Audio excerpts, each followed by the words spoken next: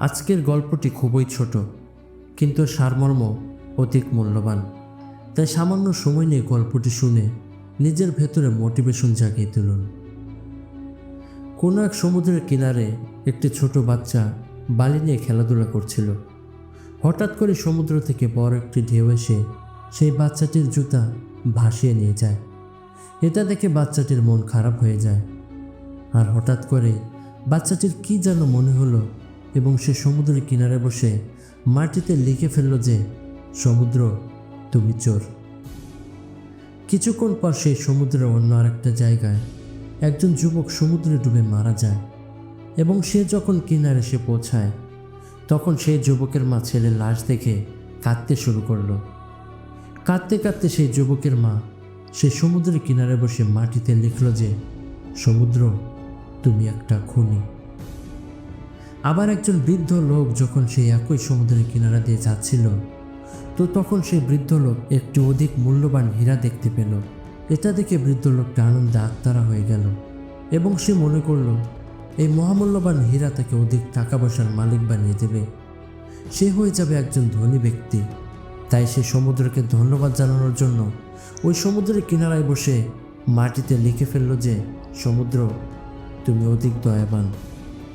তারপর কিছু জেলে এসে সেই একই সমুদ্রে জাল ফেলে মাছ ধরতে থাকে। তারা যার যার মতো মাছ ধরে ধরে বাড়িতে ফিরে গেল। কিন্তু কয়েকজন জেলে সমুদ্রের কিনারা দিয়ে হাঁটতে হাঁটতে অধিক পরিমাণে মাছ ধরে ফেলে। সেইখান থেকে একজন জেলে মনে মনে অনেক খুশি হয় এবং সে খুশির কারণে মাটির মধ্যে লিখে ফেলে, সমুদ্র, তুমি আমার পালনকারী। তো দেখা যাচ্ছে যে এই চারজন লোক তাদের জায়গা থেকে আলাদা আলাদা মন্তব্য করেছেন। কেউ কেউ সমুদ্রকে ভালো বলেছে, আবার কেউ কেউ খারাপ। কেউ সমুদ্রকে পালনকারী বলেছে, আবার কেউ একই সমুদ্রকে খুনি বলেছে। তারপর কিছুক্ষণ পর সেই সমুদ্র থেকে এক বিশাল ঢেউ এসে ওই সমস্ত লেখাগুলো ধুয়ে মাটির সাথে মিশিয়ে যায় এবং যে রকমটা লেখার আগে ছিল ঠিক সেই রকমটা বানিয়ে দিয়ে আবার চলে যায়। তো এই ছোট গল্প থেকে একটা জিনিস বুঝতে পারি যে মানুষজন যতই সমুদ্রের নামে যাই বলুক না কেন, সমুদ্র নিজ গতিতে নিজের মতো করে ঠিকই তার কাজ সঠিকভাবে পালন করে থাকে। দোস্ত, এই গল্পটি খুবই ছোট, কিন্তু এই গল্প থেকে আমাদের অনেক কিছু শেখার আছে। সমুদ্রের মতো আমাদেরও যার যার অবস্থান থেকে নিজের কাজকে সঠিকভাবে পালন করা উচিত। মানুষ আপনার সম্পর্কে কে কি বলল কি না বলল সেটা যদি ভাবতে থাকেন, তাহলে আপনি আপনার কাজ কখনোই পুরো করতে পারবেন না। সব সময় মনে করবেন, আমার ভবিষ্যৎকে উজ্জ্বল করতে যা কিছু করতে হয় করব।